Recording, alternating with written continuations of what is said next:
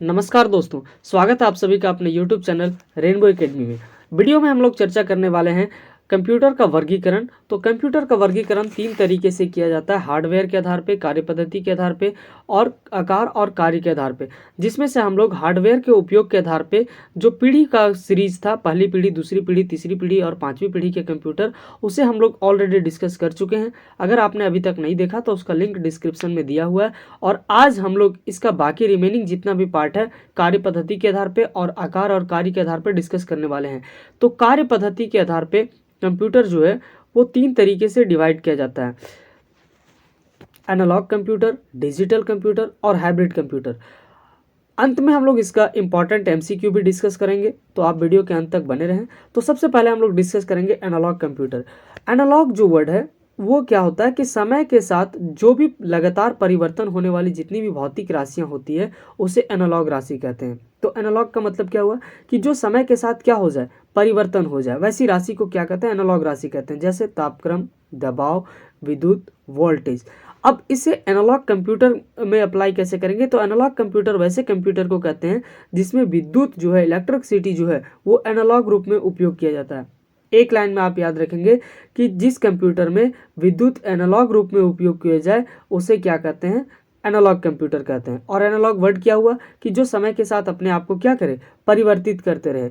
Example के रूप में आपको जरूर याद रखना है कि वोल्ट मीटर और वैरोमीटर जो है वो एनालॉग कंप्यूटर के एग्जाम्पल हैं। इससे सवाल ऐसे बन सकते हैं कि वैरोमीटर किस तरह का एग्जाम्पल है। आपको ऑप्शन दे दिया जाएगा एनालॉग, डिजिटल, हाइब्रिड या इनमें से कोई नहीं, तो आप एनालॉग पे टिक कर देंगे कि वैरोमीटर जो है वो एनालॉग कंप्यूटर का एग्जाम्पल है। अगला है डिजिटल कंप्यूटर।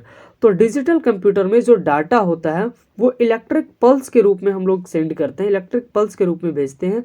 इसकी जो गणना होती है वो द्विधारीय अंक पद्धति के सिस्टम से किया जाता है। द्विधारी अंक क्या होता है, जिसे हम लोग बाइनरी सिस्टम कहते हैं। कंप्यूटर जो है वो इसी लैंग्वेज को अंडरस्टैंड करता है, 0 और 1 को। इसे हम लोग आगे के लेक्चर में बहुत डिटेल से पढ़ेंगे बाइनरी सिस्टम को। यहाँ पे आप सिर्फ याद रखिए कि डिजिटल कंप्यूटर में है जो कंप्यूटर का गणना होता है वो बाइनरी सिस्टम की मदद से किया जाता है और इसमें डाटा इलेक्ट्रिक पल्स के रूप में भेजा जाता है। ठीक है, इसकी गति जो होती है वो काफ़ी तीव्र होती है।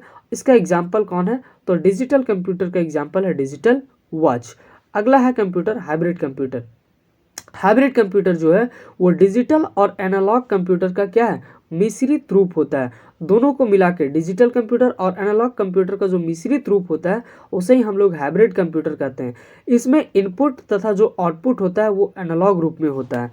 ठीक है, परंतु जो प्रोसेसिंग का काम होता है वो एनालॉग से वो डिजिटली रूप में होता है। इनपुट और आउटपुट एनालॉग रूप में होगा और प्रोसेसिंग जो है वो डिजिटल रूप में होगा। तो हो गया ये मिक्सचर किसका, एनालॉग और डिजिटल का। इसीलिए कैसा कंप्यूटर बन गया, हाइब्रिड कंप्यूटर बन गया। इसमें एनालॉग से डिजिटल कन्वर्टर, जिसे हम लोग ADC कहते हैं, एनालॉग टू डिजिटल कन्वर्टर, और डिजिटल से एनालॉग कन्वर्टर जिसे DAC का उपयोग करते हैं। इसे डायग्राम के हेल्प से समझिए कि जब कंप्यूटर में हम लोग इनपुट देते हैं उसे ADC, analogue to digital converter कहते हैं, और फिर ये हम लोग हमारे आउटपुट को डिजिटल टू एनालॉग कन्वर्ट करके हमें दे देता है। नेक्स्ट जो है कंप्यूटर आकार और कार्य के आधार पे है, जिसमें से पहला टाइप है मेन फ्रेम कंप्यूटर। तो मेन फ्रेम कंप्यूटर जो है वो आकार में काफ़ी बड़े होते हैं। इनकी जो डाटा स्टोरेज करने की क्षमता होती है वो भी काफ़ी अधिक होती है, और तथा डाटा और प्रोसेस करने की गति भी तीव्र होती है। तो आकार में बड़े होते हैं, डाटा स्टोरेज करने की क्षमता अधिक होती है, और डाटा प्रोसेस करने की भी गति क्या होती है, तीव्र होती है। किस में बात करें हम लोग, मेन फ्रेम कंप्यूटर में। मेन फ्रेम कंप्यूटर से जुड़कर एक साथ कई लोग अलग अलग कार्य कर सकते हैं। तो मेन फ्रेम कंप्यूटर से एक साथ कई लोग काम कर सकते हैं, इसीलिए इसे हम लोग मल्टी यूजर कंप्यूटर भी कहते हैं। मेन फ्रेम कंप्यूटर को मल्टी यूजर कंप्यूटर भी कहते हैं, क्योंकि इससे जुड़कर अलग अलग कार्य बहुत सारे लोग कर सकते हैं। मेन फ्रेम कंप्यूटर में टाइम शेयरिंग तथा मल्टी प्रोसेसिंग ऑपरेटिंग सिस्टम का प्रयोग किया जाता है। तो ये भी आपको याद रखना कि मेन फ्रेम कंप्यूटर में टाइम शेयरिंग और मल्टी प्रोसेसिंग ऑपरेटिंग सिस्टम का प्रयोग किया जाता है। इसका उपयोग जो है वो बड़ी बड़ी कंपनियों में, बैंक में, रेलवे आरक्षण में तथा रक्षा अनुसंधान और अंतरिक्ष विज्ञान के क्षेत्र में किया जाता है। नेक्स्ट कंप्यूटर आता है वो है मिनी कंप्यूटर। ये आकार में मेन फ्रेम कंप्यूटर से छोटे होते हैं। इसका आविष्कार जो है वो 1965 ईस्वी में DEC पूरा नाम याद रखेंगे डिजिटल इक्विपमेंट कॉरपोरेशन, क्योंकि कंप्यूटर के क्वेश्चन में फुल फॉर्म कई बार पूछा जाता है। तो मिनी कंप्यूटर का आविष्कार 1965 ईस्वी में डीईसी डिजिटल इक्विपमेंट कॉरपोरेशन नामक कंपनी ने किया था। अब इसकी जो संग्रहण क्षमता है, स्टोरेज करने की क्षमता है और गति जो होती है, दोनों क्या होती है, बहुत अधिक होती है। इस पर एक साथ कई लोग काम कर सकते हैं, इसीलिए इसे भी हम लोग मल्टी यूजर कहते हैं। इसका उपयोग यात्रियों को आरक्षण देने में, कंपनी में और अनुसंधान में प्रयोग किया जाता है। अगला कंप्यूटर है वो है माइक्रो कंप्यूटर। इसका विकास जो है वो 1970 ईस्वी में प्रारंभ हुआ। कब? जब सीपीयू का पूरा नाम क्या होता है, सेंट्रल प्रोसेसिंग यूनिट। तो 1970 ईस्वी में जब सीपीयू ने माइक्रो प्रोसेसर का उपयोग किया जाता, जब सीपीयू जो होता है उसमें जब हम लोग माइक्रो प्रोसेसर का उपयोग करना शुरू कर दिए, तब जाके कौन सा बना, माइक्रो कंप्यूटर प्रारंभ हुआ। इसका विकास सर्वप्रथम आईबीएम कंपनी ने किया था। तो माइक्रो कंप्यूटर का विकास किसने किया था, आईबीएम कंपनी। किस तरीके से हुआ, जब हम लोग सेंट्रल प्रोसेसिंग यूनिट सीपीयू में माइक्रो प्रोसेसर का उपयोग करने लगे। इसमें 8, 16, 32 और 64 बिट माइक्रो प्रोसेसर का उपयोग किया जाता है। इसमें इनपुट के लिए हम लोग क्या यूज करते हैं, कीबोर्ड, और आउटपुट के लिए क्या यूज करते हैं, मॉनिटर। इनपुट और आउटपुट आपको पिछले क्लास में भी पढ़ा है और अगले क्लास में इसी टॉपिक पे बहुत डिटेल से डिस्कस करने वाले हैं कि कौन सा इनपुट डिवाइस होता है और कौन सा आउटपुट डिवाइस होता है। इसका उपयोग जो है वो व्यावसायिक तौर पे करते हैं, घरों में मनोरंजन के लिए करते हैं, और इसका एग्जाम्पल एप्पल का मैक, आईएमसी और आईबीएम जैसे हैं। नेक्स्ट जो कंप्यूटर का टाइप है वो है सुपर कंप्यूटर। सुपर कंप्यूटर जो है वो अत्यधिक तीव्र प्रोसेसिंग और शक्ति और विशाल भंडारण क्षमता मेमोरी वाला कंप्यूटर है। ठीक है, तो ये बहुत सबसे फास्ट अगर कोई काम करने वाला कंप्यूटर है तो वो है सुपर कंप्यूटर। और इसका जो डाटा स्टोरेज करने की क्षमता होती है, मेमोरी होती है, वो भी सबसे अधिक होती है। सुपर कंप्यूटर में प्रोसेसिंग स्पीड की गणना जो है वो FLOPS फ्लोटिंग पॉइंट ऑपरेशन पर सेकेंड में किया जाता है। पूरा याद रखेंगे, FLOPS फ्लोटिंग पॉइंट ऑपरेशन पर सेकेंड। वर्तमान समय में जो सुपर कंप्यूटर की जो गति है वो पेटा प्लस में मापी जा रही है, और एक पेटा प्लस फ्लॉप्स बराबर होता है 10 to the power 15 flops. Next, विश्व के प्रथम सुपर कंप्यूटर का जो निर्माण का श्रेय जाता है वो अमेरिका का जाता है। और अमेरिका का जो कंपनी है जिसे क्रे रिसर्च कंपनी, क्या बोलेंगे, क्रे रिसर्च कंपनी। तो विश्व का जो प्रथम सुपर कंप्यूटर का निर्माण किसको जाता है, अमेरिका का जाता है। और अमेरिका में कौन सी कंपनी को जाता है, तो क्रे रिसर्च कंपनी को जाता है, जिसकी स्थापना किसने किया था, साइमर क्रे ने किया था। तो साइमर क्रे को ही क्या कहते हैं, फादर ऑफ सुपर कंप्यूटर कहते हैं। ये क्वेश्चन याद करना कि who is called the father of super computer, तो साइमर क्रे को करते हैं। अगला, भारत में सुपर कंप्यूटर, इससे कई सारे सवाल बनते हैं। ठीक है, तो इस टॉपिक को बहुत अच्छे तरीके से आपको याद कर लेना है कि भारत में सुपर कंप्यूटर का कब कब डेवलपमेंट हुआ था, किसने डेवलपमेंट किया था, कितने तरह का भारत में सुपर कंप्यूटर अभी पे चल रहा है। तो शुरू करते हैं। भारत में प्रथम सुपर कंप्यूटर जो है वो फ्लो सावर का विकास किसने किया था, तो NAL, जिसका पूरा नाम है नेशनल एरोनॉटिकल लैब, बेंगलुरु द्वारा 1980 में किया गया था। याद रखेंगे, भारत में प्रथम सुपर कंप्यूटर का विकास किसने किया था, नेल ने किया था। नेल का पूरा नाम अगर दे दिया तो नेशनल एरोनॉटिकल लैब बेंगलुरु द्वारा कब किया गया था, तो 1980 में किया गया था। अब भारत में जो सुपर कंप्यूटर है उसमें जो परम कंप्यूटर है उसका निर्माण जो है वो CDAC का पूरा नाम क्या है, centre of development of advance computing. तो परम कंप्यूटर का निर्माण CDAC द्वारा पुणे में किया गया था। और पहला जो सुपर कंप्यूटर है वो CDAC द्वारा परम 8000 बनाया गया था। कब बनाया गया था, 1991 ईस्वी में बनाया गया था। और इसका बनाने का श्रेय जो है वो डॉक्टर विजय भास्कर को दिया जाता है। परम कंप्यूटर के अगला सीरीज में एक सुपर कंप्यूटर आता है जिसका नाम है परम पदम सुपर कंप्यूटर। इसका निर्माण 2003 ईस्वी में किया गया था। इसकी जो गणना क्षमता है वो 1 टेरा फ्लैश है। 1 टेरा बराबर कितना है, 10 टू द पावर 12, यानी 1 खरब गणना प्रति सेकंड कर सकता है। 1 सेकंड में यह कंप्यूटर जो है वो 1 खरब गणना कर सकता है। इसका अगला सीरीज जो आया था परम युवा 2, जिसका निर्माण भी 2003 ईस्वी में किया गया था और इसकी जो गणना क्षमता है 500 टेराफ्लास थी। नेक्स्ट कंप्यूटर आता है अनुपम, जिसका निर्माण जो है वो बार्क का full form Bhabha atomic research centre द्वारा अनुपम कंप्यूटर का निर्माण किया गया था। अगला कंप्यूटर सीरीज में आता है पेक पूरा नाम है processor of aerodynamic computation and the evolution. PACE का निर्माण इसी ने किया था। इसका निर्माण जो है पेस का निर्माण जो है वो अनुराग का full form advance numerical research and analysis group Hyderabad द्वारा किया गया था। तो भारत के सुपर कंप्यूटर में हम लोग कितने कंप्यूटर को डिस्कस कर लिए?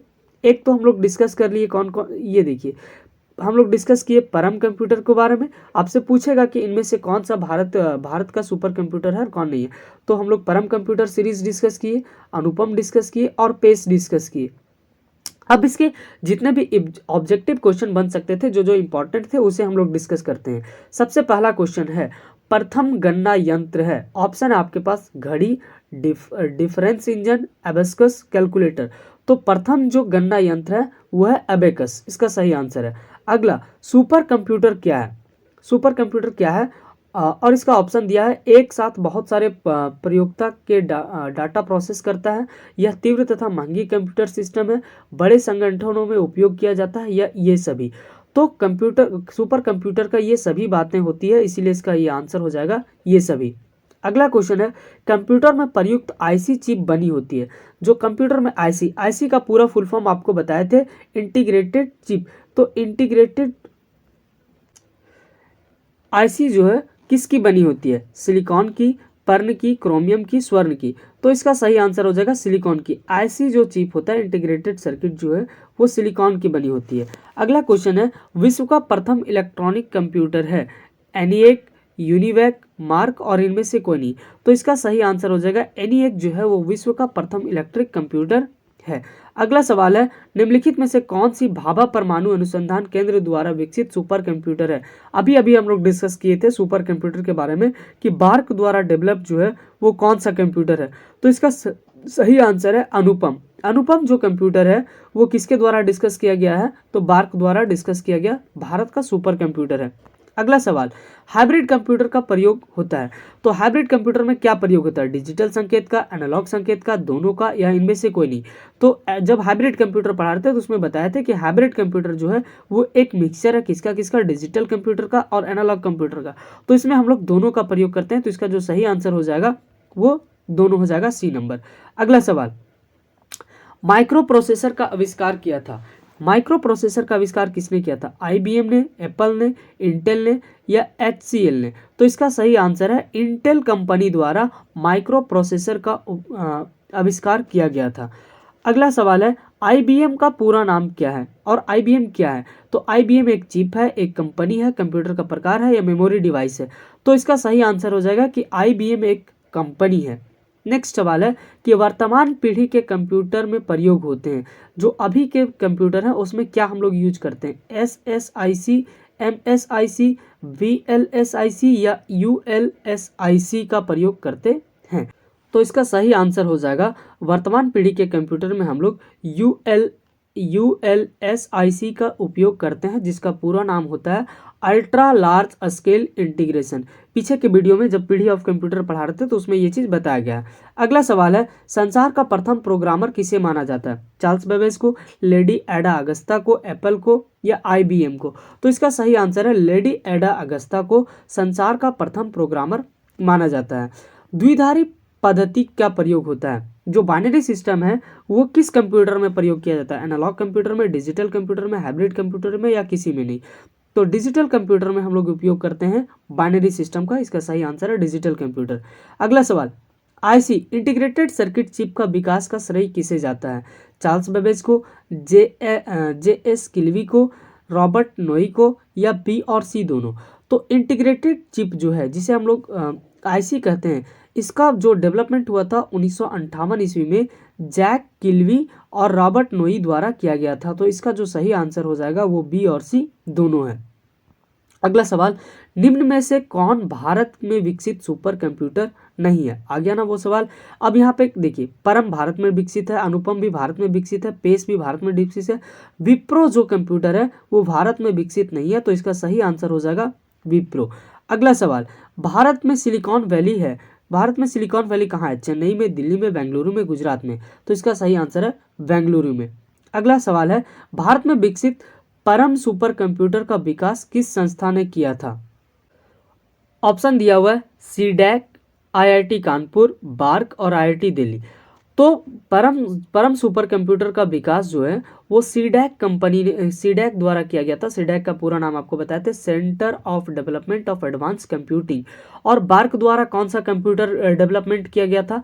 इसका आंसर जो है वो आप अपने इस कमेंट बॉक्स में बताइए कि बार्क द्वारा भारत में कौन सा सुपर कंप्यूटर बनाया गया था। फिर मिलते हैं हम लोग नेक्स्ट वीडियो में।